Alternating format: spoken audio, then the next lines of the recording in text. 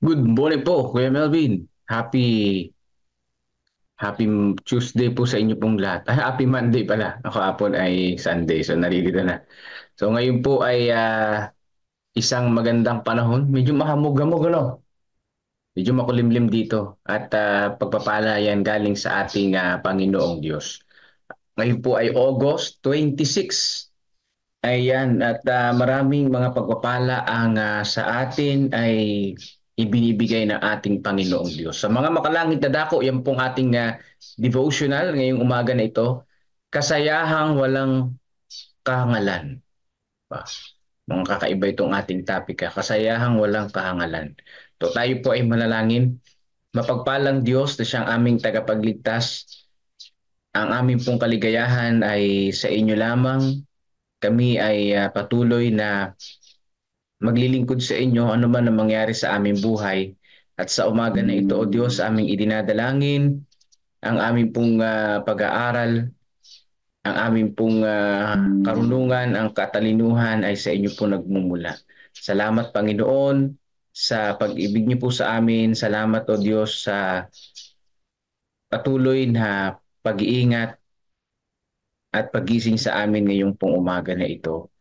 Inyo pong pagpalain ng bawat isa. Ito po ang aming dalangin sa banal na pangalan ni Jesus. Amen. Sangayon po dito sa ating pinaka-key text na ginamit, Kawikaan 10:22, ang pagpapala ng Panginoon ay nagpapayaman at hindi niya ito dinaragdagan ng kapanglawan. So, yung pagpapala ng Panginoon nagpapayaman. Mhm. Hindi niya dinadagdagan ng kapanglawan. Ibig sabihin, kapag ang biyaya ng Panginoon ibinigay sa atin, ay mayroon pong tunay na kaligayahan sa ating pong buhay. Ano kayang kayamanan ito, mga kapatid, na makapagbibigay sa atin ng tunay na kaligayahan at nagpapayaman sa atin? Ano kayang pagpapala ito? Ito ba yung kayamanan o kaligtasan? O ano man ang punto dito sa ating devotional? Ating pong tingnan, mga kapatid ko. Sabi dito, uh, nalilikha ang pagkamagiliwin ng Kristiyano sa pagsasalang-alang ng mga dakilang pagpapala ng ating tinatamasa dahil tayo ay mga anak ng Diyos. Ang masayang kaliwanagan ng isip at ng templo ng kaluluwa sa pamamagitan ng katiyakan na mayroon tayong pagkipagkasundo sa Diyos, ang pag-asang mayroon tayo ng buhay na walang hanggan sa pamamagitan ni Kristo at ang kasiyahan ng pagpapala ay sa iba ay mga kagalakang hindi magdadala ng kalungkutan sa kanila. So isang napakagandang kayamanan, mga kapatid. Yung kayamanan na ito ay yung pong kaligtasan na galing sa ating Panginoong Diyos. Hindi magdadala sa atin ng kalungkutan ang kayamanan ng Panginoon. Bakit?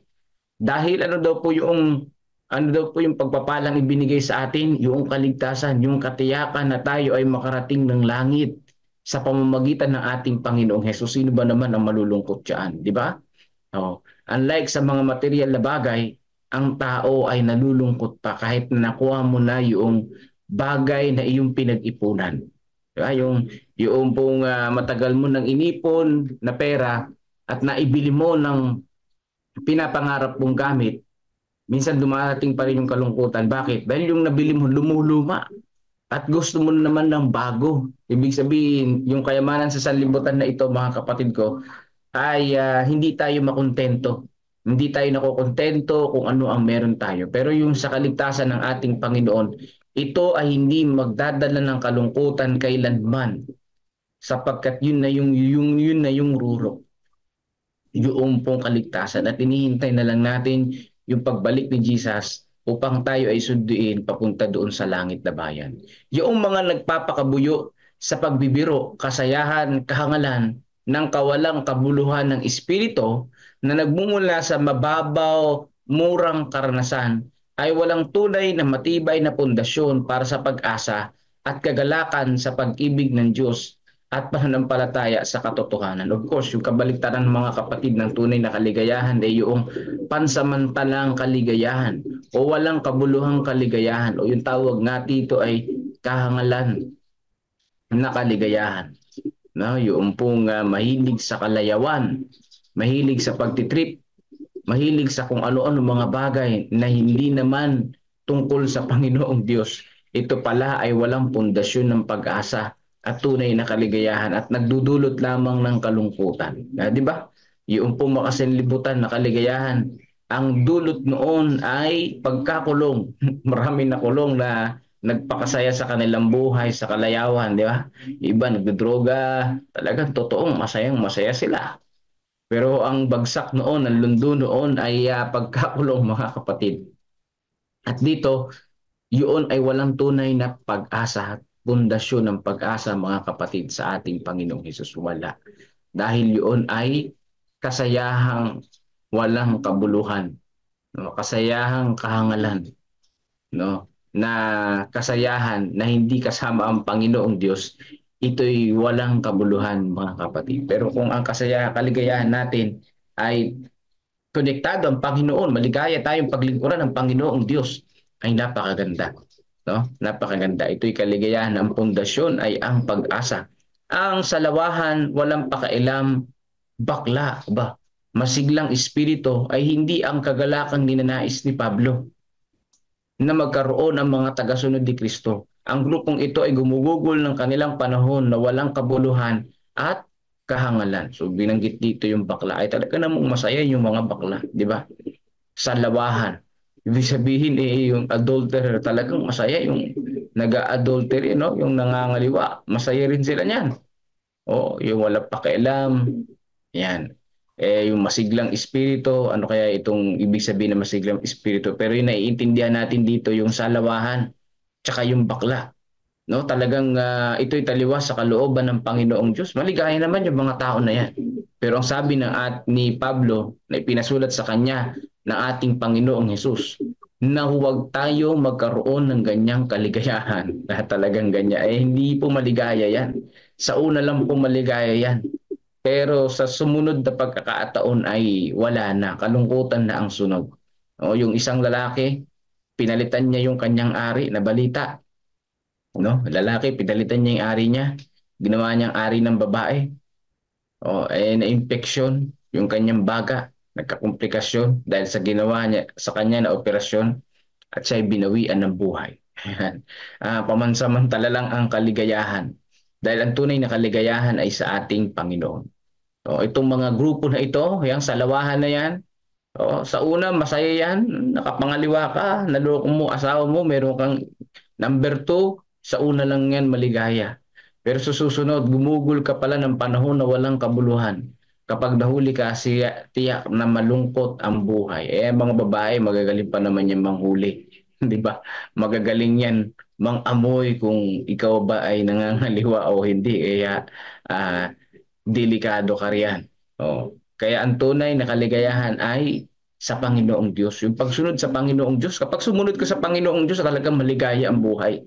Wala ka nang masasabi dyan, wala ka nang maidadagdag pa dyan. Lumilipas ang oras, malapit na ang wakas. Totoo po yun mga kapatid. No? Malapit na dumating ang Panginoon, di lang natin alam kung anong taon, anong panahon. Mabilis lang tayong tumanda eh. Pero tiyak na malapit na ang Panginoong Diyos, malapit na ang oras, kinakailangan. Ang sabi dito, ay kailangan manghawak tayo sa Panginoong Diyos. Gayunman ay hindi sila naglagay para sa kanilang sarili ng mabuting pundasyon. So yung mga naghihintay sa pagdating ng Panginoon, ngayon pa lang mag-build na ng pundasyon para sa darating na panahon upang makapanghawak sila sa walang hanggang buhay. So paano mag-build ng pundasyon? Kay Jesus Christ mga kapatid, pananampalataya sa ating Panginoon, ang kaligayahan natin ay ang paglingkuran ng ating pong Panginoong Diyos at wala nang iba pa. So yan yung pong matibay na pundasyon. Dahil kung hindi tayo gagawa mga kapatid, kung tayo ang pundasyon natin ay sa sanlibutan na ito, na kaligayahan, ito'y kahangalan at walang kabuluhan. Di ba? Malapit ng oras, dapat ang ating pundasyon ay sa Panginoong Diyos. Malapit na ang wakas. Ang pundasyon natin ay dapat sa ating tagapagligtas at hindi sa mga bagay-bagay ng sanlibutan. Hindi natin kailangan pasiglahin ang kasayahang yaon na nag-aalis ng pagninilay-nilay, na walang iniiwang panahon para sa pagsasalang-alang at nagtatatag ng mga kinagawian ng kawalang paggalang. ang sabi diyan, at murang pananalitang pumipigati sa banal na espiritu ng Diyos ang nagpapaging hindi karapat-dapat sa atin para sa pagninilay-nilay ng langit at ng mga makalangit na bagay. So dito po mga kapatid, ang tunay na nabubuhay sa Panginoon, pinagninilay-nilayan ang langit. Pinagninilay-nilayan ang tungkol sa ating pong Panginoong Diyos. Oo nga, no? Kung ang ating pananalita ay hindi ayon sa kalooban ng Panginoon, pero mo yan, yung ating iniisip, yung ating ginagawa, no, doon lang nga sa ating pananalita, maring hindi na tayo maging karapat-dapat para pagnilay-nilayan ang tungkol sa langit. Marami mga taong reliyoso ngayon, pero pansinin niyo ang kanilang mga bibig, di ba? Talagang malulutong magmura, pero sinasabi nila sila'y Kristiyano at mananampalataya, di ba? Malulutong magmura.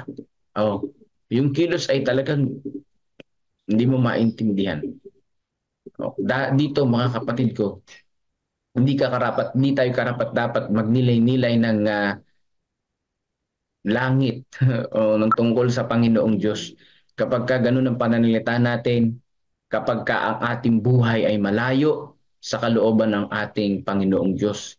Ito ang grupo magkakaroon ng pagdadalamhati at pagtangis dahil hindi sila handa sa mataas na kagalakan ng langit.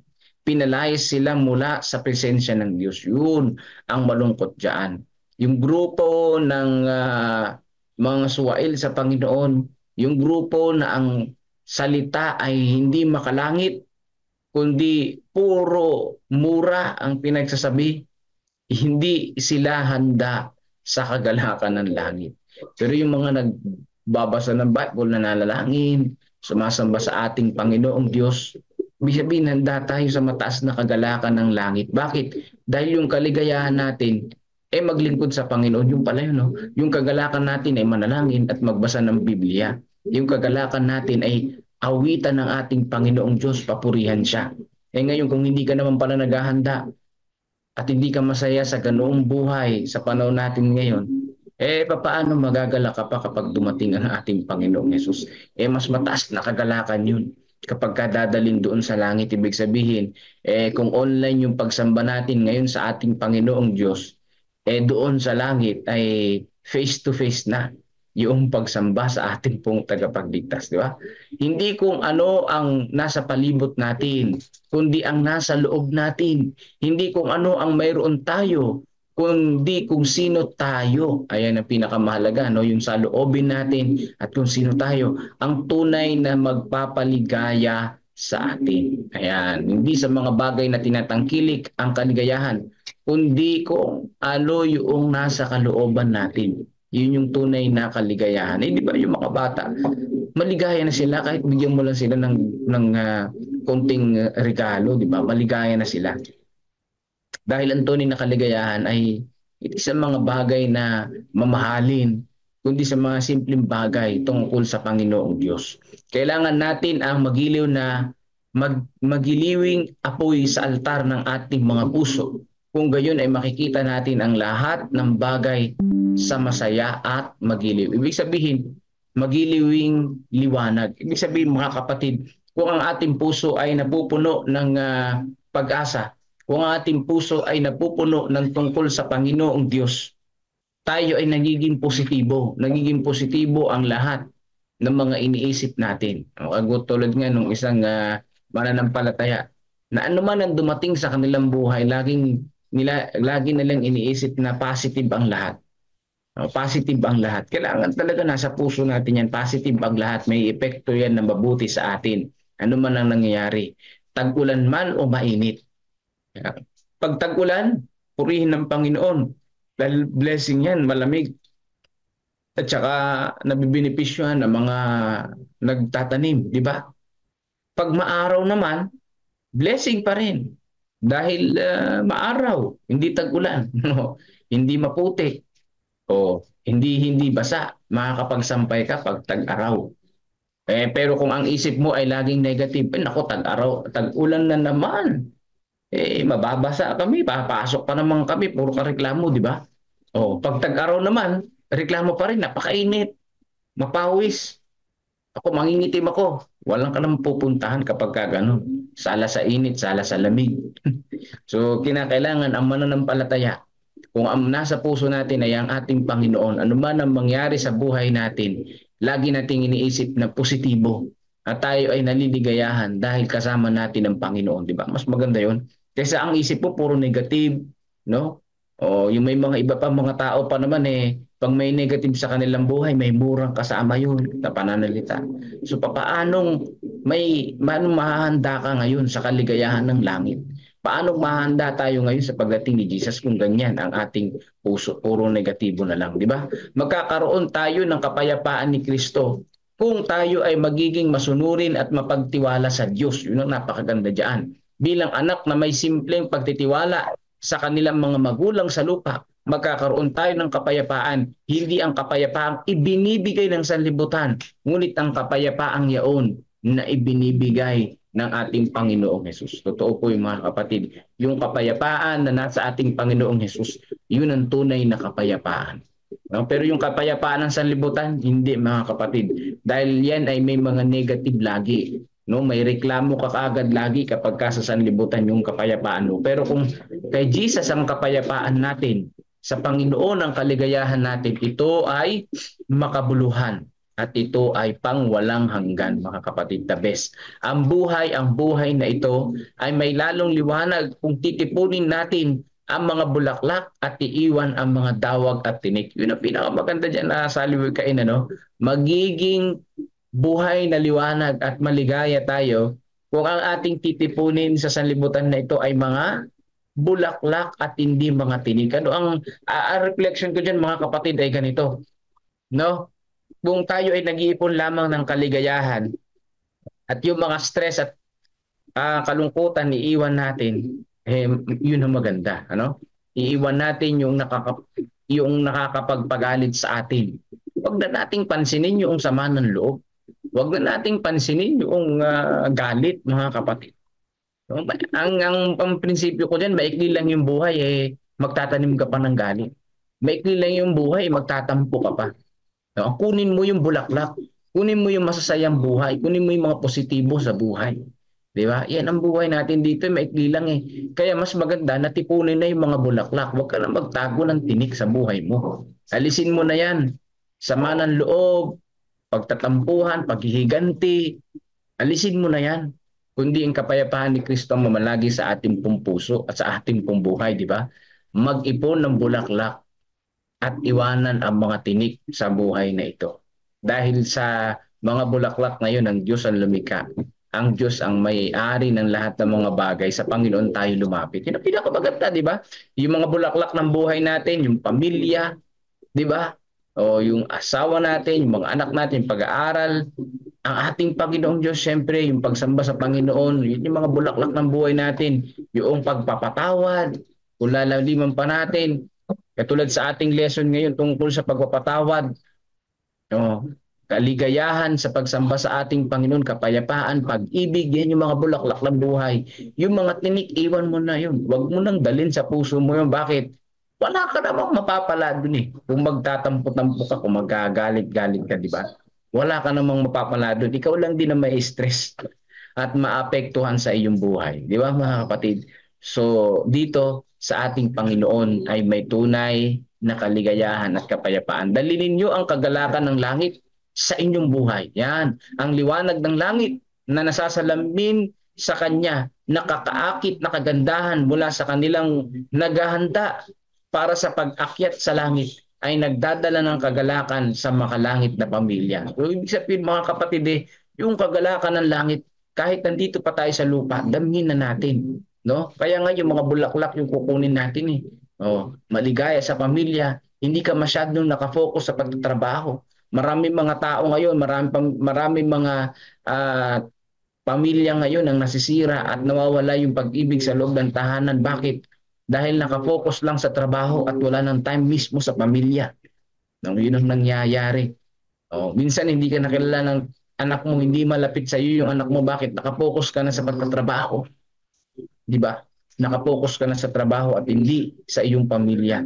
Kunin natin ang mga bagay na napakasaya papunta sa langit. No? nakarapat-dapat sa langit. Gawin nating makalangit, little heaven ang ating pamilya. Yan nga yung sinasabi natin. No? Sa mga nag-aantay sa pagdating ng ating Panginoon, no, mga kapatid ko, yung kaligayahan at kagalakan ng langit ang ating isa pamuhay. Kaya ang sabi dito ng Panginoon, ang pagpapala ng Panginoon ay magpapayaman sa atin at hindi niya dinaragdagan ng kapanglawan. Yung kayamanan na yun ay yung kaligtasan. Yung kayamanan na yun, yung kapayapaan. Yung kayamanan na yun, yung ating Panginoong Yesus. Diba sabi sa Corinthians, yung palayok madaling mabasag. Pero kung yung palayok lalagyan mo ng treasure, ay nagiging makabuluhan. So tayo ay katulad ng isang palayok, madaling mabasag, di ba? Madali tayong magalit, madali tayong maiyamot. Pero kung may treasure sa buhay natin, at yun ay ang ating Panginoong Hesus, nagiging makabuluhan ang ating pong buhay. Yung tunay na kaligayahan ay makabuluhan, mga kapatid, no? At hindi kapanglawan ang maaani natin. Atin naman, mga kapatid, naintindihan natin yung ating devotional at patuloy tayong maging maligaya sa paglilingkod sa Panginoong Diyos dahil ito'y wala na makakapantay dito. At yung natandaan ko rito sa ating devotional, mag-ipon ng bulaklak kaysa mga dawag at mga tinik sa buhay na ito na napakaikli lang naman. So pagpalain tayo ng ating Panginoong Diyos at magandang umaga po sa inyo pong lahat. At isama natin patuloy sa panalangin ang mga kapatid natin mayroong sakit.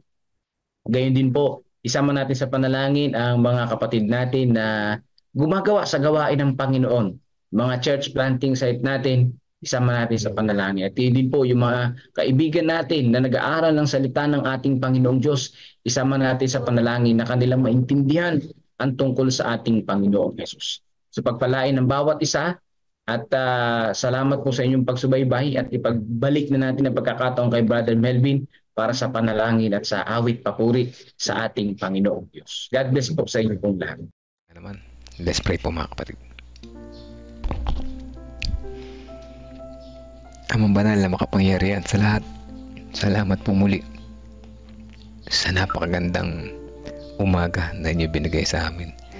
Sa aming sa pagsibol ng liwanag kayo aming kasama. Salamat sa paalala na maging malungkot man para sa amin ang sitwasyon ng aming buhay sa ngayon, ito ay mayroong magandang kulay kapag hinanap namin kayo sa aming buhay. Maraming salamat po. At maaari rin pala maging positive ang mga negative na aming na-experience sa buhay. Salamat sa nariyan kayo at napatunayan niyo pong muli na tunay na maligaya ang buhay kapag kasama po namin kayo.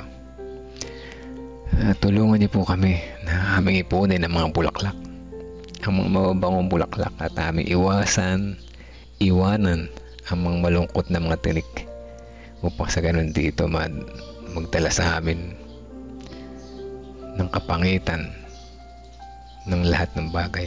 At salamat, patuloy niyo po kaming sinasamahan sa bawat umaga. Nare-remind kami at sa aming patuloy na paghayo, paglago, kami magiging masaya pag aming inipon ng mga bulaklak na ito.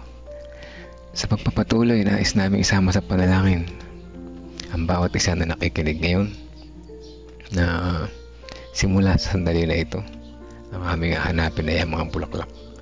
Nakita namin ang kasiyahan sa piling po ninyo na aming pamilya, ng aming paglilingkod, kasiyahan sa lahat ng bagay na inyong pinagkakaloob sa amin.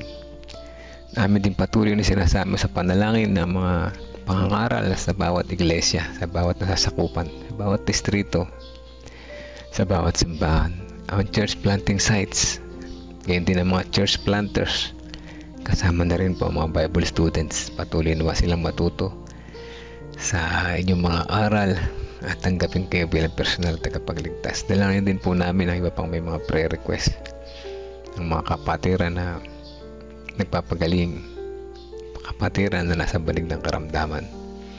Kasama na si Nanay Juning Alpindo, si Lolo Edith, Angel Prianesa, si Nanay Fina, Sister Ana Rosbel, Franklin Punsalan, at ang iba pang mga may karamdaman. Ngayon din lahat ng pamilya na nakikinig ngayon, kasama ng pamilya ni Sister Emily Makalalag at ang kanyang asawa na si Brother Eliseo, si Manong John, si Jovan, John Mark, Nanay Titing, family din ni Reynard Wenzel Garcia, si na Ruby, Hani, Nicolo, at si Andre, at kayo din yung ng baby na parating na nasa sinapupunan ng kanyang mami. Patuloy nawang samahan sila sa araw-araw na pamumuhay, maging matatag sa kanilang pananampalataya. At kayo din ang family ni Romnick, Olivia, Veronica at Rebecca Francisco. Kasama sila Annie, Patrick at Nicole, Trixie, Eusebio Pasco. At nawa, patuloy niyo po silang samahan. Patuloy na ialok ang liwanag sa inyong mga kamay at makita nila yung kabutihan bilang isang mapagmahal na Diyos, maawain, mapagpatawad at manunubos. Dalangin din namin Sister Melissa Cambo at ang kanyang pamilya. Ganyan din yung mga malalayo sa kanilang pamilya na nagtatrabaho. Brother Rudy Masiklat, Sister Aiza Irelia, Sister Joy Valencia, Sister Tintin, Brother Buboy, pati na rin yung tatay ni Sister Joy Valencia, na patuloy na sila ingatan sa kanilang pang-araw-araw na pamumuhay, ang kanilang kalusugan, ang kanilang connection po sa inyo, huwag nila mapabayaan, at sa kanilang pag-uwi at makita nila ang kaligayahan sa kanilang pamilya. Dalangin din namin ng mga may sakit, patuloy ng mga sa kalakasan at healing at recovery ng mga sumusunod. Sina Ate Lorna, Kuya Bobby, Ate Grace Samano, Sister Aimee Kilantang, si Nanay Fina, si Tatay Rudy, Baby Josiah, si Brother Benjamin, Sister Lynn Peralta, Sister Buena, Sister Pichi, si Ma'am Lovejoy Diwa, Brother Gregorio Santin, Kuya Jerry Bourbon, si Ma'am Sheila, kasama rin Sister Feli Domingo Gucheco, Sister Lorna Cabiedes, si Sister Ana Manuel, Christopher Umali Guterres, Erica Eli Santos Rivera, Sister Tina Santos, at ang iba pa naming mga kapatiran na hindi namin nabanggit, kasama na iba pa namin mga pre-request na laman ng aming puso at isipan sa mga sandali na ito. Patuloy niyo po kami samahan sa aming pagpapagaling, hindi lamang sa aming pisikal na karamdaman, lalong higit sa aming espiritual na kalagayan. Maraming salamat sa pagpapaalala sa amin sa umaga na ito. Maraming salamat sa pagdinig sa aming mga panalangin. Lahat po na ito ay aming inihiling at pinasasalamatan, ipagkaloob nawa sa amin ito, hindi sa aming kagustuhan bagko sa inyong kalooban. In Jesus' name we pray. Amen. Amen.